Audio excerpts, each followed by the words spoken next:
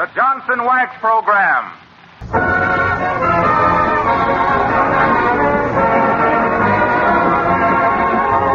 The makers of Johnson's Wax and Johnson's Self-Polishing Glow Coat present Fibber McGee and Company with Jim Jordan as Fibber, Donald Novis, the Four Notes, and Billy Mills Orchestra. And tonight, we're delighted to welcome to this program the listeners to 27 stations of the Canadian Broadcasting Corporation. We open the show tonight with A Shine on Your Shoes.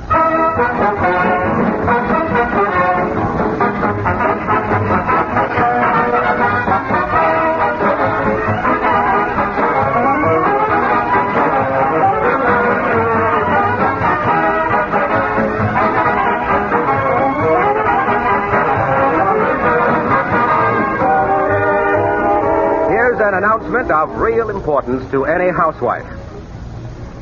This is the week when millions of women are making their homes bright and attractive for Easter Day. If you're wise, you'll start with your floors. Give them new beauty with Johnson's Self-Polishing Glow Coat. You know, of course, how easy it is to apply Glow Coat. It takes only a few minutes to do a whole floor. You don't even have to soil your hands. No rubbing or buffing is necessary. Glow Coat dries in 20 minutes to a wonderful gleaming polish that everyone admires. Right now, there's a special sale on Johnson's Self-Polishing Glow Coat and Johnson's Wax. Ask your dealer for the giant-size cans that give you 1/3 more for your money. A pint and 1/3, or a pound and 1/3 for the regular price of 1 pint or 1 pound. It will pay you to go to the store tomorrow morning and get a supply of Johnson's Wax and Johnson's Self-Polishing Glow Coat in the money-saving giant-size cans.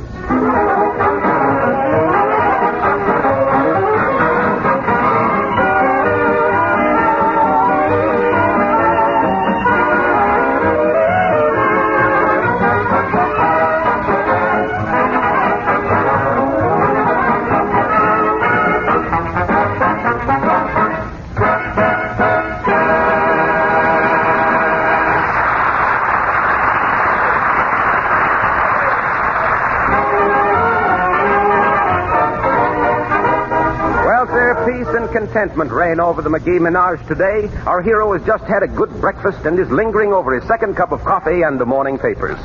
And here in the dining room at 79 Wistful Vista, we find Fibber, Japers, Crapers. Where'd you get those papers, McGee?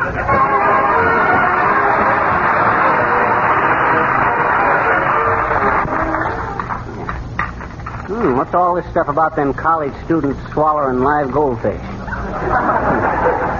Bet they're just trying to wiggle out of examinations. Well. Maurice Chevalier expected to make American comeback.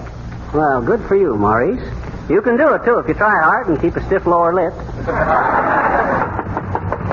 Come in. Oh, hi, Harpo. Have a cup of coffee? Did you make it? Yep. No, thanks. Say, I see you've got the morning papers. Did you read about that collector of antique furniture who's in town, Junius P. Fortgill? No, what about him? Well, I was just thinking. He's in town buying up old furniture, and I thought you might make a little dough. Your furniture's pretty old, isn't it? Well, now, say it is at that. I wonder if look at that old sofa of yours in the living room, and that 4-poster bed you have upstairs. Didn't you tell me that Napoleon once slept on that bed? Well, sure I did. That's what the dealer told me. Judging from the bumpy mattress that come with it, I'll bet Napoleon's horse slept on it, too. Say, I'll bet I can sell that guy some stuff at that. Well, I thought you'd be interested. Of course, I don't know if your stuff is antique or not. Oh, don't worry about that there, Harpo. By the time he gets here, it'll look antique. Sure you won't have a cup of coffee, Harpo? No, thanks. It smells too strong for me. Mm-hmm. How do you make coffee, anyway? Well, how does anybody make good coffee? I get a can of coffee, take the cover off, dump half the coffee out, and fill the can up with boiling water. Makes enough coffee for 8 or 10 days if you warm it up good.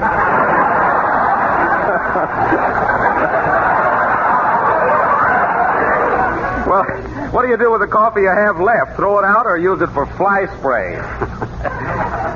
That's no good for that. I tried that, Harpo. It's no good for fly spray. It eats holes in the draperies. Well, thanks for tipping me off to Fothergill, Harpo. And say, if you're going past the hotel, you drop a hint to this antique collector Fothergill and guy and tell him I got a house full of antiques. I'll do that, Fibber. I owe you a favor for not insisting that I have a cup of that sheep dip. So long, pal. Well, now, let's see. Now, how can I make this furniture look antiquer than it is? I better scratch it up a little. Maybe shoot some wormholes into it with a shotgun. Boy, won't Molly be happy when she comes home and finds I got rid of all this old junk. That ain't Fothergill, folks. We ain't built up enough suspense yet. Come in.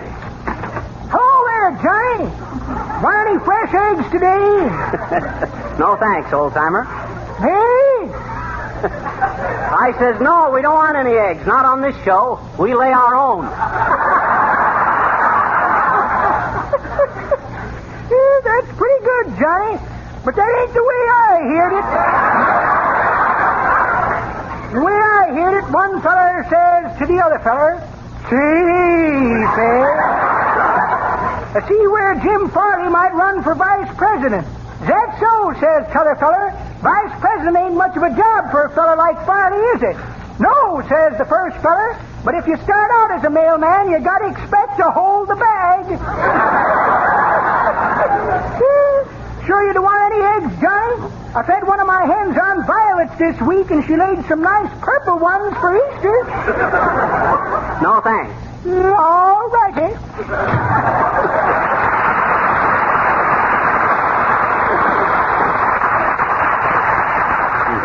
She laid purple eggs for Easter. It's a wonder she laid any for that old buzzard. He's got a face that would stop a cluck. Now, what was I going to do? Oh, yes, I got to get this furniture ready. I'll bust the glass in that desk so it'll look a little older. That looks more antique. Tear the upholstery a little on this footstool. Yeah. Rip that right leg off this footstool. Oh, they cut down the old pine tree, and they hauled it away. Come in. Hello, Fibber. What are you doing? Oh, kicking the furniture around, Billy. There's an antique buyer in town, and I'm adding a few years to the life of all my stuff. It looks battered enough now. Are you familiar with antiques? Oh, yes, enough anyway. For instance, you see that love seat there? That's a genuine, authentic antique, William. That's the very love seat where Paul Revere proposed to Cleopatra. Go on. Cleopatra was 1,000 years older than Paul Revere. Oh, well, what difference does it make if they really loved each other? There's a lot of romance in a piece of furniture like that there, Billy. Can't you just imagine a young lover sitting there on pins and needlepoint? Well, never mind that. How about hearing John Novus sing This Night? Well, that'll be swell, Billy. Let him go ahead while I load my shotgun. Your shotgun? Yeah, I got to shoot a few wormholes in this furniture. That's a trick I learned from my grandfather, William. He was an antique dealer. Poor old guy. What happened to him? Oh, he tried to saw the legs off his old secretary, and she swore out a warrant. Go ahead, Billy. This night. Take it, Don.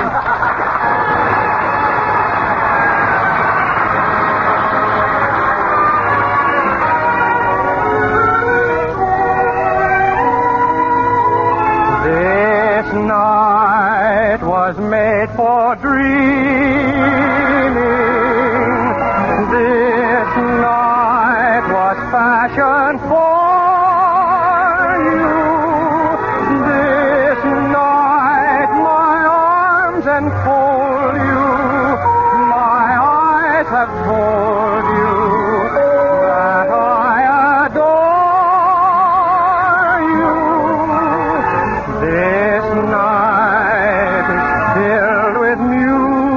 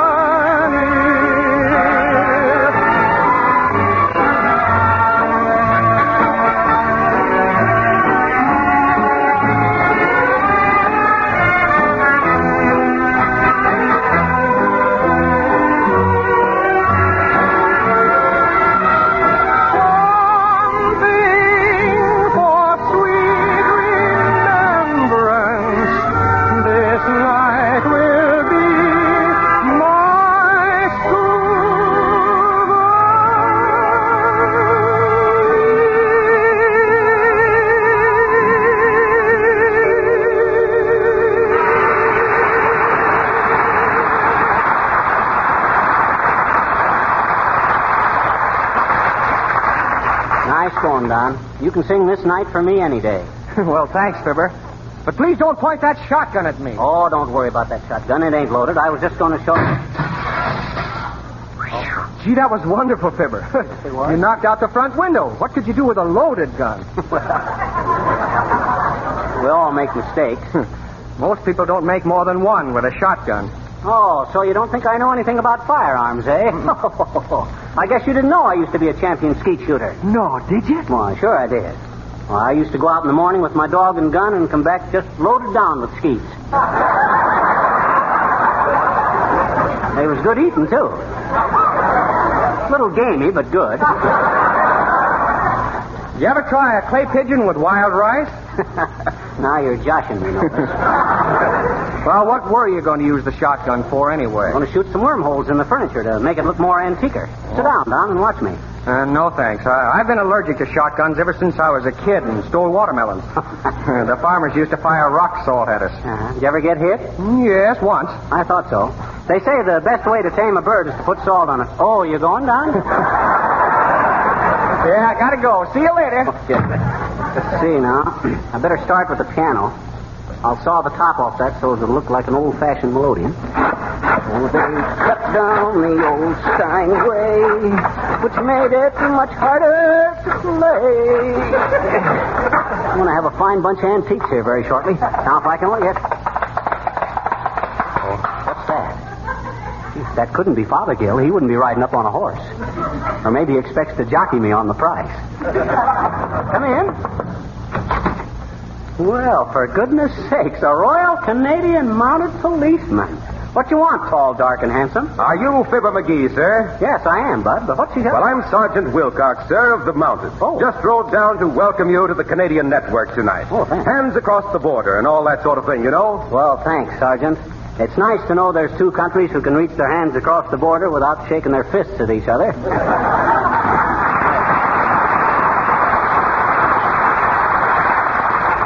I certainly appreciate your coming in. Well, I'm delighted, sir. And may I ask what you're doing with a saw and hammer? I'm antiquing some furniture, Bud. Getting ready to sell some old stuff to a collector. Really? Yeah. Interesting lot of stuff. Say, those old manuscripts on the desk there should be worth a lot. May I see them? Why, a collection of old jokes, isn't it? Imagine anyone laughing at those old quips. Hey, put that down, Bud. That's our next week's program. Oh, I'm sorry, sir. You familiar with our show up there, Sergeant? Oh, yes. Splendid product you have, too, old man. I'll say so. Though it makes hard work for us policemen. Well, how can that be? Johnson's wax makes work a lot easier. No, not for us. Why, just last month, I trailed a criminal for 300 miles. Just as I was closing in on him, he walked through a house in Saskatchewan and disappeared. Disappeared? Is that Yes. that one? Yes. The owners of the house had used Johnson's wax, and we couldn't find a single fingerprint on the furniture or woodwork or a single footprint on the floor.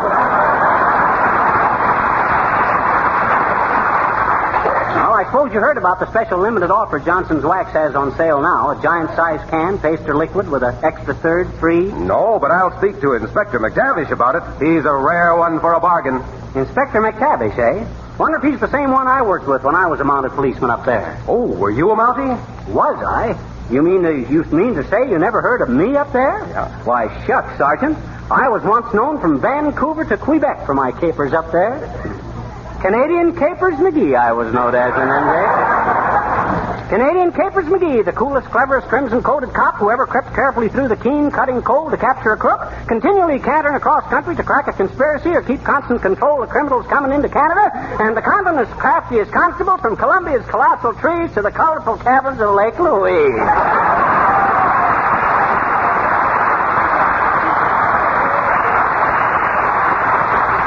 Yes, sir, and the way I used to run out of the barracks and leap onto the back of my horse for my dead run was something to see. Say, you got your horse outside there? Yes, sir. Tethered to the porch, sir. Well, open the door and I'll show you how I used to leap into the saddle. Well, I'd like to see it, sir. Well, here I go. Watch this. Oh, good heavens. What happened, sir? Oh, what do you mean, what happened? There ain't no horse out there. Oh, no, sir, not out there. I tied the animal to the back porch. Oh, dear. Sorry you misunderstood. Well, I must be going now, sir. Welcome to Canada, old man. Oh. Cheerio. Oh, boy, oh, boy. First time I ever been saddle sore without even being on a horse. Well, I better get busy before old Fothergill comes to look at my antique. Oh, they cut down the old pine tree and they hauled it away to the mills. Say, this stuff is beginning to look like something. Maybe I better check up and see if old Fothergill is really coming over here before I batter up any more of this stuff. Call him up. Hello, operator. Give me the commercial house. I want to... Oh, is that you, Mert? Hi, Mert. Fibber McGee. How's everything, Mert? Say, I seen your brother on the street this morning. Yeah, he sure looked proud in that new sweater of his with the big HC on it. Where's he going to school, Mert? Harvard College? Huh? Oh, House of Correction. Say, give me the commercial house, will you, Mert? Thanks. Oh, they chopped down the old pine tree and hauled it away. Hello? Commercial house? Let me talk to Mr. Junius P. Fothergill, will you? He's gone out where? To see a man named McGee. Uh-oh. Well, never mind. Oh, boy, he's on his way. Hot dog. Come in, Fothergill. Oh, how do you do, Mr. McGee? Hi, Uppy. I mistook you for an antique collector. Guy named Junius P. Fothergill. I expect him over here any minute. Oh, really? Well, now, that's exactly what I wanted to see you about, Mr. McGee. You see, I'm selling him a few pieces of my own collection. You know, the Uppington family is simply full of antiques. Uppy, you just issued an engraved invitation to a wise crack there, but I ain't got the heart. Did you come over here to tell me about Fothergill? Oh, no, Miss McGee. You remember that footstool you borrowed from me last week? The footstool? Oh, yes, the footstool. Shucks, I kind of forgot that was yours, Uppy. Oh, my relatives. Yes, Oh, good heavens, Mr. McGee. Why, you've ruined it. And that's been an Uppington heirloom for generations. Oh. Why, there hasn't been a heel in our family that hasn't rested on that footstool. Really, Mr. McGee, how could you? Oh, it wasn't hard. I just took the hammer and went to it. But you just leave it to me, Uppy. I'll sell it for you for a lot more than you could. Oh, dear. Well, all right. I don't mean to be a silly girl about it, Mr. McGee, but I do hope you know what you're doing. Trust me, Uppy. I know my antiques. For instance, you see that little wooden clock up on the wall there? Oh, yes. Cuckoo, isn't it? Little, but it's cute. My great-great-grandfather made that clock, Uppy. Oh, really? Yeah, he was always tinkering with clocks. Made one for a friend of his once, a barber, and put a little hen into it instead of a cuckoo. And every morning the little door would fly open and the little hen would pop out and say, cut, cut, cut, cut, cut. And the barber would get up and go to work. Well, now, that's very interesting. But do you think Mr. Fothergill will be... Quiet, Uppy. I want to hear how that cuckoo clock sounds. It's going to strike. Cuckoo. Cuckoo.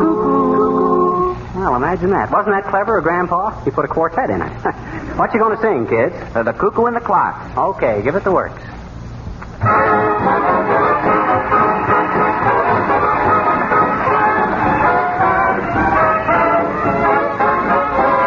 Tick-tock in the parlor was the only sound. Tick-tock on the mantel, nothing else around. Boys, girls were close as they could be. Never dreamt that they had company. There they were, he was baby talking her, and the cuckoo and the clock went cuckoo. Every 15 minutes he crew. Cuckoo, cuckoo, cuckoo. Be a pal, said the fella to the gal. The cuckoo and the clock went cuckoo. I believe they're starting to woo. Woo, woo, woo, woo, woo, woo. They didn't know that everything they said was overheard. They didn't hear that little birdie giving them the bird. So he said with a sigh, who's your little cuckoo pie? The cuckoo and the clock went cuckoo. So I'm just a little cuckoo. I'm not as cuckoo as you. Then he closed the door and withdrew. The birdie cuckoo. The birdie cuckoo.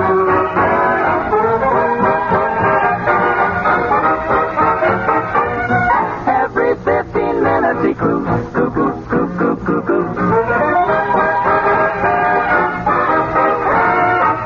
I believe they're starting to woo. Woo, woo, woo, woo. They didn't know everything they said was overheard. They didn't hear that little birdie giving them the bird. He said with a sigh, who's your peachy pie? The cuckoo and the clock went cuckoo. So I'm a little cuckoo. I'm not as cuckoo as you. Yeah, he closed the door. Withdrew cuckoo. Cuckoo. Cuckoo night.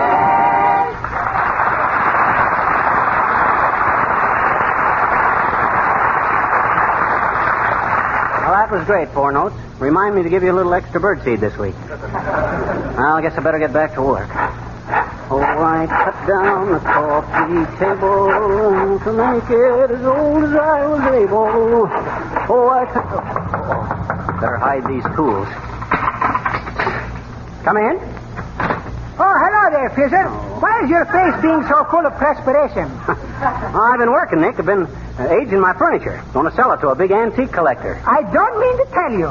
Yeah, I've been kind of doctoring it up so it'll look older. Well, for scrimp's sake, would you be guilty of deceiving an appearance for the sakes of making a profit, Fizzer? Why, certainly, wouldn't you? Sure, every time. Incidentally, Nick, have you got any antiques? Any period furniture? Period furniture? Oh, sure. We're having a little stuffed over Sioux City, that is. A little what? A little stuffed over Sioux City. Stuffed over Sioux City? Stuffed over... Oh, you mean an overstuffed Davenport. Stuffed over Sioux City. Sure. Well, I stand connected. I knew it as being someplace in Iowa, but this little stuffed over Davenport is being a nice thing, Fizzer. It has got upholstery with polka dots all over it. There is being enough periods in that one pieces of furniture to make a great... No. By period furniture, Nick, we mean, like William and Mary, and Hepplewhite, and Colonial, and Early American, Louis the 14th, and all stuff like that there. Oh, but I think that is all being a lot of saucy apples, Fizzer. If a chair is being a good place to sit on, what difference is it making whether it is William and Marion, Early Colloquial, Heppelpuss, or Lousy the 14th? I'm afraid you just don't appreciate nice things, Nick. Yes, it would be a nice thing if I appreciated nice things, but I haven't, so I don't. But speaking of her furniture, it is like I was saying to Mrs. DePopulis last night, when she is saying she would like to go downtown and buy a new ornamental rug. Oriental. Why not? Anyway, when she is saying that to me, I'm saying, listen, Mrs. DePopulis, I'm saying, while she is having the radio on very loud and listening to the Lone Range Finder... Listen, Mrs. DePopulis, I'm saying, and then she is turning the radios to hear Robert Cray. Robert Cray? Oh, you mean Bob Hope? Sure. Oh, well, Hope and Pray, what is the difference? Well, what did you tell Mrs. DePopulis about buying the Oriental rug? Nothing. Just then she's getting some pretty music by the Philadelphia Symphony Orchestra and is motioning me to be quiet with the rolling pin. So I guess I know when I'm well off to the drugstore to buy me some cigars. Well, so long, Fizzer. Don't forget to come and see us sometime. Anytime you're dropping in, pass by.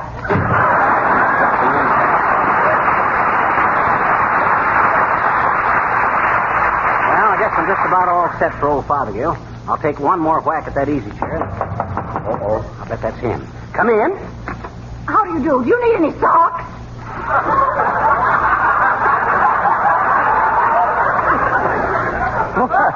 Not now, sis. The show's nearly over.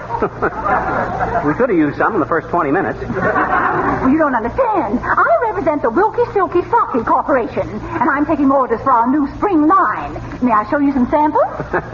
No, thanks, sis. I go barefoot starting 1st of May. Well, don't stub your toe, Junior. Fresh gal.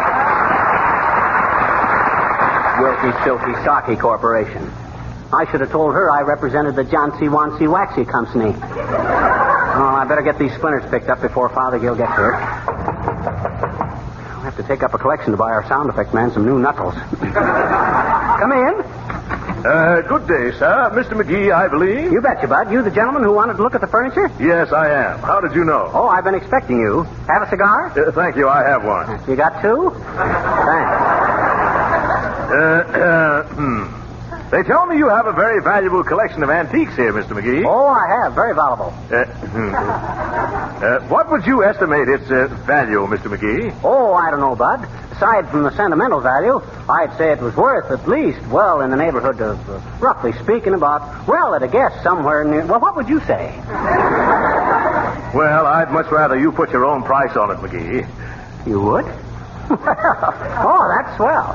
Well, now you take that desk there. I'd say about $3,000 for that one piece. $3,000? Is that all? Is it? Well, that's without the drawers, of course. With the drawers, I'd say $5,000. Now, how about that footstool, Bud? That's interesting, ain't it? Oh, yes, it certainly is very interesting. Fairly modern, isn't it? Oh, no, that's a genuine Uppington. I know the Uppington family personally. Remember the old furniture designers, Uppington, Downworthy, and Roundweather? Their trademark was up, down, and around. That footstool is worth at least $2,000, Bud. Is that so? Well, that seems like a fair price. It does? Well, what do you think of the rest of the stuff, Bud? Well, frankly, I don't know when I've seen such a motley collection of furniture. I guess you know your stuff, Bud. There ain't a piece in the lot that ain't a genuine motley.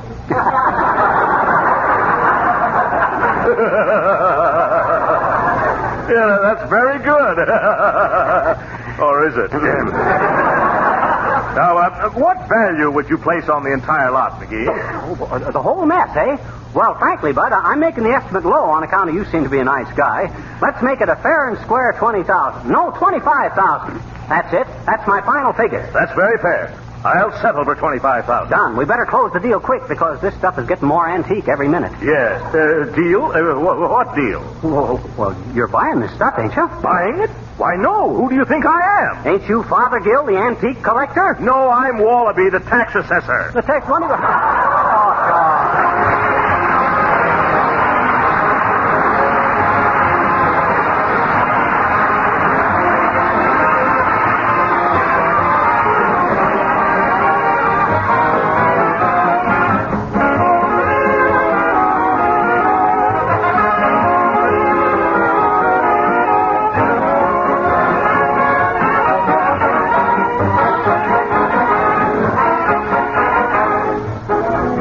We'll be back in just a moment.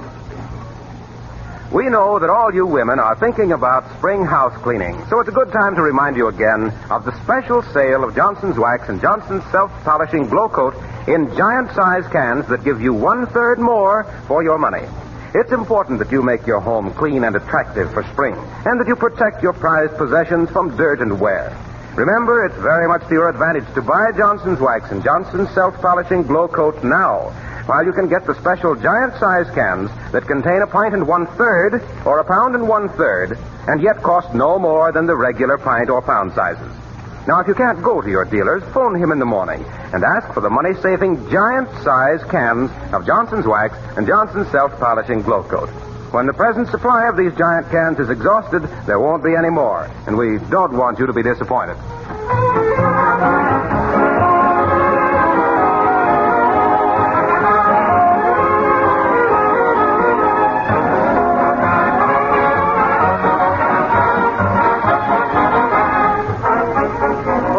Wilcox has already welcomed our new listeners tonight on the Canadian network, and I want to extend the welcome on behalf of our little company and myself. We hope our northern neighbors will enjoy our shows and will join us each Tuesday night from now on. Incidentally, our next week's broadcast is our 200th program for Johnson's Wax, and we're happy to announce that we'll have another visit from our old friend, Zazu Pitts. Good night, folks.